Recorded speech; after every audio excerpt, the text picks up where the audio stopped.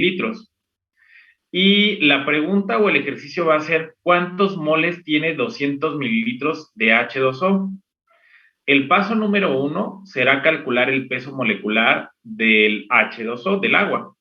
Sabemos que una molécula de H2O está constituido por 2 átomos de hidrógeno y un átomo de oxígeno. ¿Hasta ahí vamos bien? Sí, sí. Muy bien. Y si nosotros utilizamos la tabla periódica, sabemos que un átomo de hidrógeno pesa 1.074 gramos, pero mejor dicho, en la tabla periódica tienen algunas propiedades y ellos lo refieren como moles.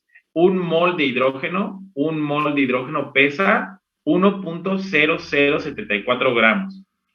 Un mol de oxígeno pesa 15.9994 gramos. Aquí voy a hacer la corrección porque hice una coma y es un punto.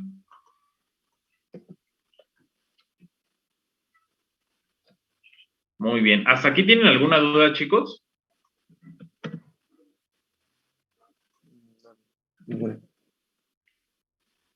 Perfecto.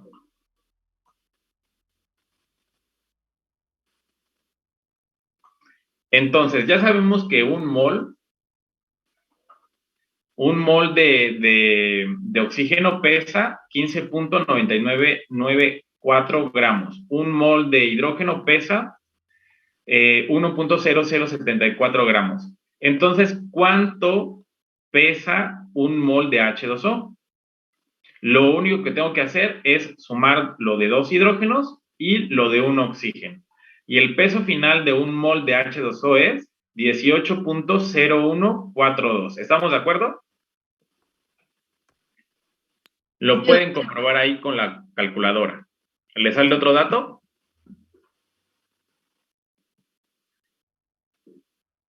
¿Tienen otros datos o son los mismos?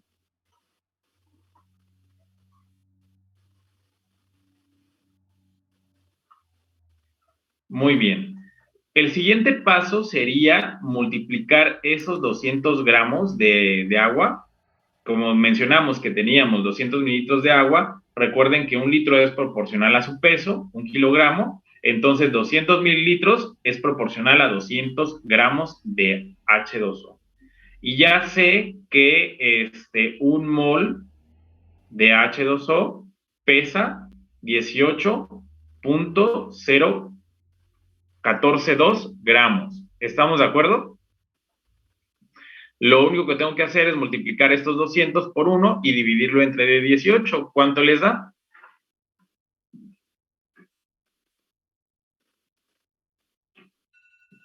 Doctor, dijo que 200 gramos de H2O eran una molécula. Mencioné que 200 gramos de H2O es lo que pesa los mililitros de agua que tengo en un vaso. ¿Sí? Da 11.1023. Ok, muy bien. Entonces, 11 es este numerito, ¿no? 11.10 y lo dejamos hasta 2 décimas, 11.10 moles de H2O. Recuerden en las operaciones matemáticas que cuando tenemos unidades iguales arriba y abajo, ¿qué es lo que pasa?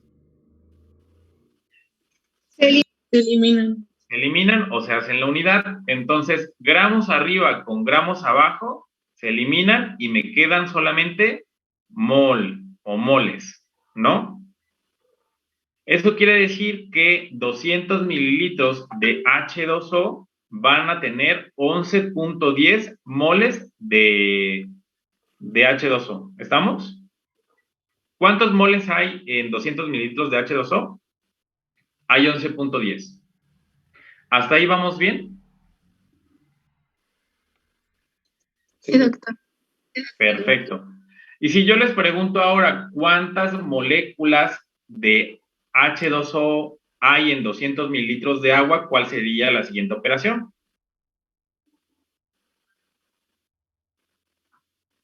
¿A cuánto equivale un mol?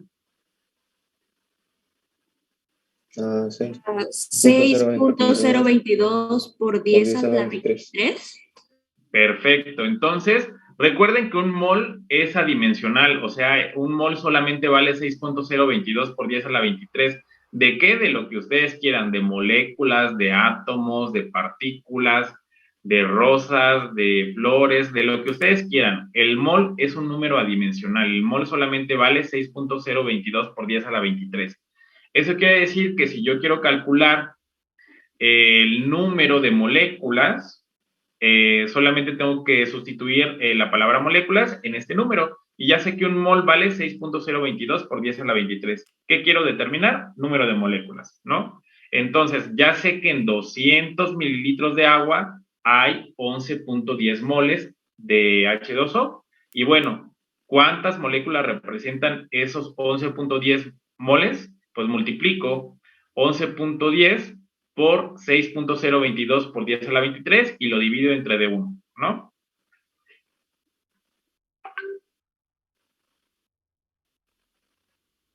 ¿Qué pasa con las unidades? Tengo moles arriba y moles abajo. Se eliminan. Eliminan. ¿Y qué es lo que me queda? Moléculas. Moléculas. Y ahí determino el número de moléculas que hay presentes de H2O en 200 mililitros de agua. ¿Dudas, chicos? ¿Preguntas? ¿Difícil? ¿Fácil? ¿Aburrido?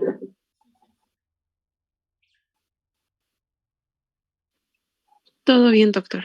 Muy bien. ¿Hasta aquí sí le entendieron para qué nos sirven los moles? ¿Cómo utilizamos el mol? Sí, doctor. Perfecto. Entonces, en la materia, básicamente, así como yo pude calcular cuántos moles tiene 200 mililitros de agua, yo puedo utilizar o dimensionar el mol para determinar cuántos gramos de hidrógeno tienen ese vaso de agua, cuántos gramos de oxígeno hay en ese vaso de agua, pero puedo utilizarlo para otras cosas en la industria de los alimentos o en la industria de los materiales dentales. Puedo determinar los gramos de alcohol o de azúcar específico de alguna bebida alcohólica o no alcohólica. Puedo determinar los gramos de un polímero específico que tiene una resina o las moléculas de polímero que existen en una resina en particular. ¿Ustedes ya llevaron materiales dentales o lo van a llevar en este semestre? Lo estamos llevando y también lo llevamos el semestre. Pues perfecto. Entonces van a empezar a ver que ustedes van a tener contacto con diferentes tipos de materiales dentales, resinas, pegamento, cemento, entre otras cosas. Ustedes pueden determinar la composición química de cada fracción que ustedes quieran. ¿Cómo lo realizan? Con estos procedimientos, y sobre todo con que tengan muy claro el concepto del mol para que lo puedan determinar. ¿Dudas o preguntas, chicos? Preguntas, para eso nos sirve el mol.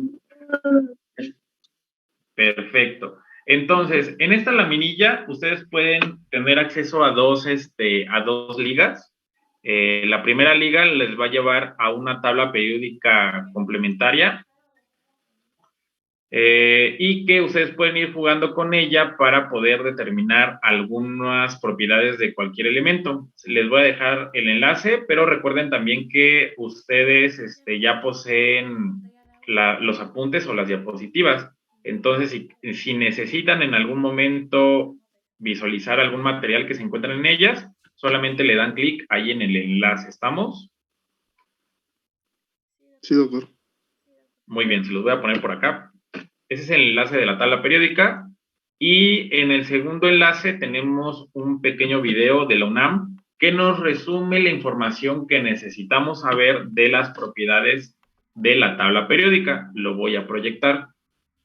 Ustedes me dicen si se ve o no se ve o se traba o algo, ¿eh?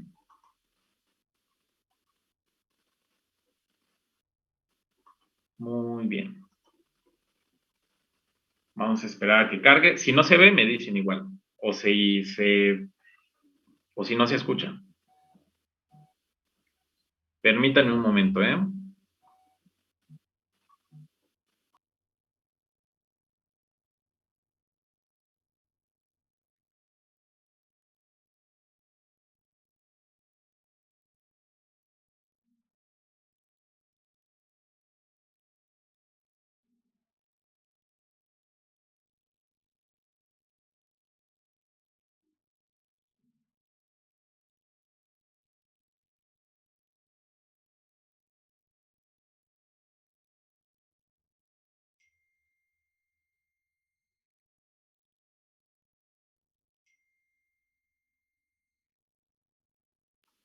Una disculpa, chicos. Muy bien. ¿Ya se ve el video? Esa es mi pregunta. En este video vamos a revisar a la tabla periódica y las características más importantes para tu examen. Comenzamos con un personaje muy importante conocido como Dmitri Mendeleev. Este personaje es muy importante para la química, ya que es considerado el padre de la tabla periódica. En 1869 publica una tabla de elementos acomodados en orden creciente de masas atómicas, así como descubre la periodicidad de los elementos al acomodarlos de esta forma. Es por esto que recibe el nombre de tabla periódica. Posteriormente, en 1913, Henry Moseley determinó el número total de protones que tenía cada elemento. Este número de protones corresponde al número atómico. De esta manera, Henry Moseley organizó a los elementos de la tabla periódica en orden creciente de números atómicos. Este es un criterio muy importante, ya que así es como están ordenados los elementos de la tabla periódica en la actualidad. El número atómico va a aumentar a lo largo de un periodo y de igual manera va a aumentar a lo largo de una familia. La tabla periódica va a tener periodos y grupos o familias. Los periodos corresponden a las filas y estas indican el último nivel de energía que ocupan los electrones de un elemento. Por ejemplo, el sodio, al estar en el periodo 3, esto quiere decir que tiene 3 capas. En cambio, el flúor se encuentra en el periodo 2, por lo tanto, quiere decir que tiene 2 capas, y así de manera sucesiva. Los periodos se representan con números arábigos. Los grupos o familias corresponden a las columnas, y estas nos indican el número de electrones de valencia, es decir, el número de electrones que hay en la capa más externa del núcleo. Estas las vamos a representar por medio de números romanos. Por ejemplo, el magnesio. Este se encuentra en el grupo 2A. Esto quiere decir que el magnesio tiene 2 electrones de valencia, es decir, 2 electrones en la capa más externa, en la capa más alejada del núcleo. Otro ejemplo podríamos colocar al cloro. Este se encuentra en el grupo 7A, por lo tanto va a tener 7 electrones de valencia. No olvides que los electrones de valencia son los electrones más alejados del núcleo. Cada uno de los grupos de la tabla periódica tiene un nombre característico. En este caso, el grupo 1A corresponde al grupo de los metales alcalinos, el grupo 2A corresponde al de los metales alcalino-térreos, el grupo 3A corresponde al de los metales térreos, o bien la familia del boro, el grupo 4A corresponde al de los carbonoides o familia del carbono, el grupo 5A corresponde al de los nitrógenoides o familia del nitrógeno. El grupo 6A corresponde al de los calcógenos o antígenos, también es conocido como el de la familia del oxígeno. El grupo 7A corresponde al de los halógenos y el grupo 8A corresponde al de los gases nobles. Como te puedes dar cuenta, la tabla periódica está formada por 2 grupos, los grupos A y los grupos B. Para este examen nos vamos a enfocar en estudiar a los elementos del grupo A. Los elementos del grupo B no los vamos a estudiar a fondo. Los elementos del grupo A corresponden a los elementos representativos, mientras que los que se encuentran en el grupo B corresponden a los elementos de transición. La tabla periódica va a estar dividida en 4 bloques: la región S, la región P, la región D y la región F. Estos corresponden a los subniveles de energía. Cada subnivel de energía tiene un número específico de orbitales y cada orbital puede aceptar como máximo 2 electrones. En este caso, el subnivel de energía S solamente tiene un orbital y puede aceptar como máximo 2 electrones. En cambio, el subnivel de energía P tiene 3 orbitales distintos y puede aceptar 6 electrones. El subnivel D tiene 5 orbitales y acepta como máximo 10 electrones. Por último, el subnivel de energía F está formado por 7 orbitales y puede aceptar como máximo 14 electrones. Otro personaje importante en la tabla periódica es Jacob Berzelius. Este personaje organiza a los elementos en dos grandes grupos, los metales y los no metales. En este video vamos a revisar una clasificación más completa: los metales, no metales y metaloides. Podemos ver que el boro, silicio, germanio, arsénico, antimonio, telurio y polonio están acomodados en la tabla periódica en una forma escalonada. Estos elementos corresponden a los metaloides. El hidrógeno y todos los elementos que se encuentran a la derecha de los metaloides corresponden a los no metales. Por último, todos los elementos que sobran, es decir, aquellos que están en el centro y a la izquierda de la tabla periódica, corresponden a los metales. Con esto podemos ver que en un periodo el carácter metálico aumenta de derecha a izquierda, y en una familia el carácter metálico aumenta de arriba hacia abajo. Por ejemplo, en el periodo 4, el potasio es el que tiene mayor carácter metálico, ya que es el elemento que se encuentra más a la izquierda de todos los elementos de su fila. En el caso de la familia 1A, podemos ver que el francio es el elemento que tiene mayor carácter metálico, ya que es el elemento que se encuentra más abajo con respecto a los elementos que se encuentran en su familia. Los metales cumplen con las siguientes propiedades: tienen brillo, son maleables. Esto quiere decir que a partir de los metales se pueden hacer láminas. Son dúctiles. Esto nos indica que a partir de los metales se pueden crear hilos o alambres. Presentan puntos de fusión y ebullición elevados. Esto quiere decir que para fundirlos o ebullirlos se requiere bastante energía. Son buenos conductores del calor y electricidad. En la tabla periódica se encuentran ubicados en el centro y a la izquierda. Se oxidan, es decir, pierden electrones. Forman aleaciones. Recuerda que una aleación es una mezcla homogénea y esta se define como la combinación de dos o más elementos con la finalidad de cambiar sus propiedades físicas o químicas según sus necesidades de uso. Algunos ejemplos de aleaciones son el bronce, el peltre, el acero inoxidable y las amalgamas.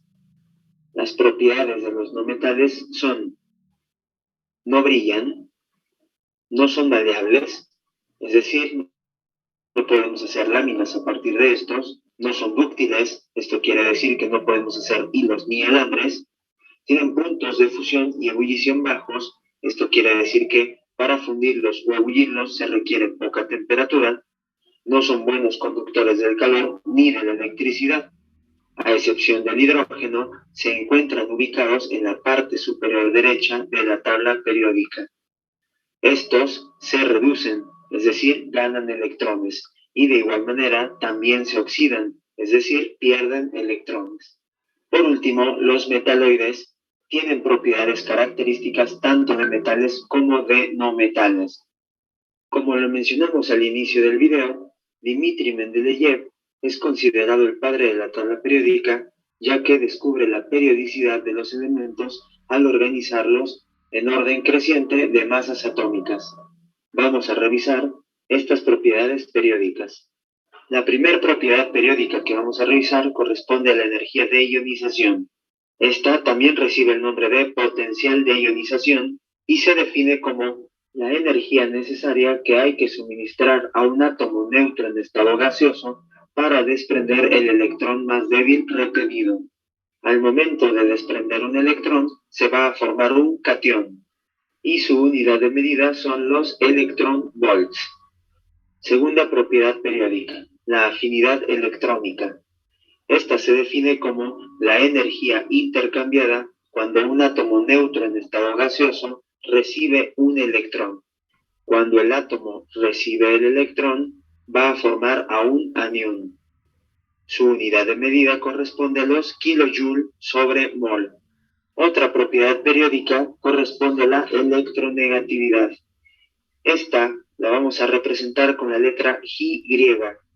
La electronegatividad es la propiedad que tienen los elementos para poder atraer electrones. Linus Pauling es el personaje que se encarga de establecer una escala de electronegatividad en los elementos de la tabla periódica. Él asignó el valor más pequeño 0.7 para el francio y el valor más grande 4 para el flúor.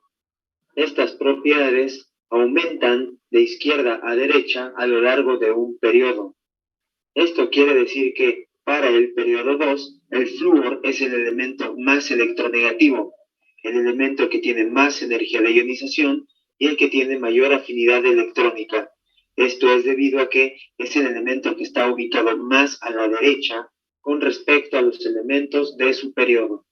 De igual manera, estas propiedades van a aumentar de abajo hacia arriba a lo largo de una familia.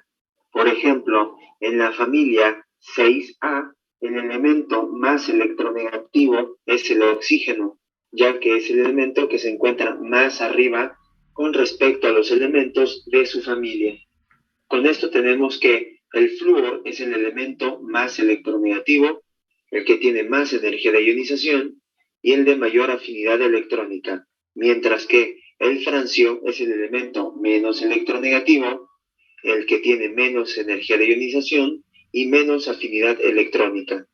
Recuerda que estas tres propiedades periódicas aumentan de izquierda a derecha y de abajo hacia arriba. ¿Te gustó el video? Dale like. No olvides suscribirte a nuestro canal y seguirnos en nuestras redes sociales. Muy bien, chicos, ¿qué les pareció el video?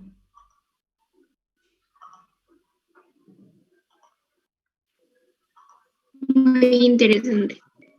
Perfecto, entonces ahí tienen las ligas de acceso por si lo necesitan visualizar nuevamente.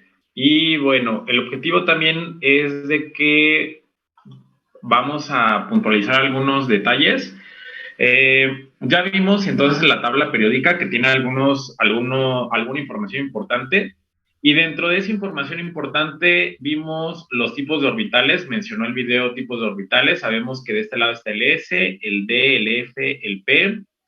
Mencionó también que tiene las propiedades de los metales, que eran todos por esto, por el SDF, los metaloides que estaban por los orbitales P y los no metales.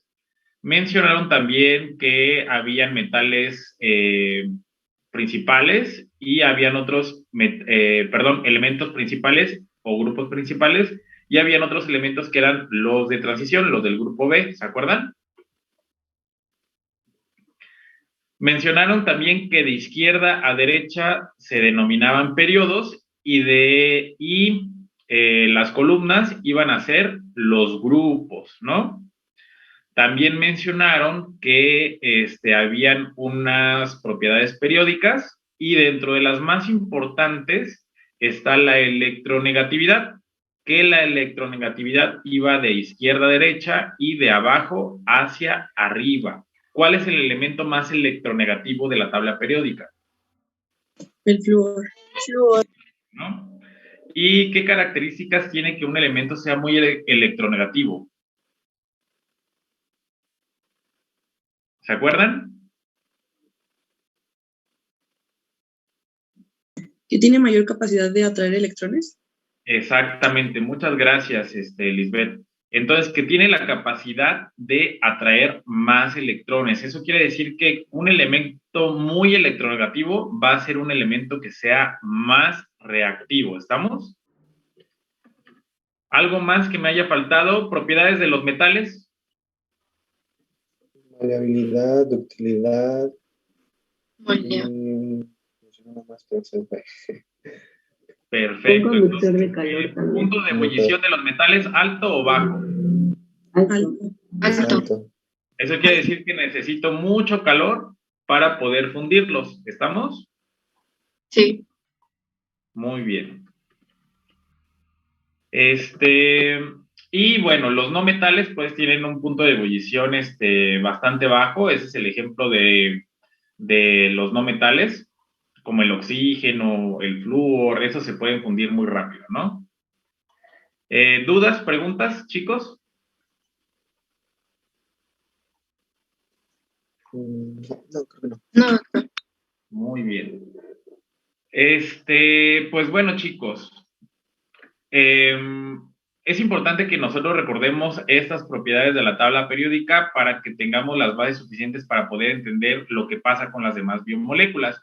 En su examen van a venir algunos detalles de la tabla periódica, como los que acabamos de mencionar, propiedades básicas de los metales, de los no metales, qué es la electronegatividad. Eso obviamente pues sí va a venir en el examen. Si tienen más dudas, pueden ingresar en el link que se encuentra en este lado, y que ustedes también tienen un link para poder jugar con una tabla periódica en línea y que puedan ver alguna más información al respecto de la misma, ¿no? Lo vamos a dejar hasta esta laminilla para no cortar el tema, y el día jueves vamos a analizar los bioelementos. Así que eso sería todo por el día de hoy. No sé si tengan alguna duda o alguna pregunta. ¿Dudas, chicos? Bien, doctor. ¿Ninguna? Yo, doctor, Adelante. disculpe, ¿qué días de la semana tendríamos clases? Vamos a tener solamente en Zoom jueves y viernes. Ok, gracias, doctor. Muy bien. Y de lunes a miércoles voy a designar para que ustedes entreguen las tareas. Eso quiere decir que la primera tarea se entrega el día miércoles, ¿les parece? El día miércoles, me parece que es 2 de marzo, la siguiente semana. ¿Dónde está su tarea? Ya se encuentra en su plataforma Classroom. Les comenté que había un programa de estudios y por ahí dice actividad número 1 del parcial 1.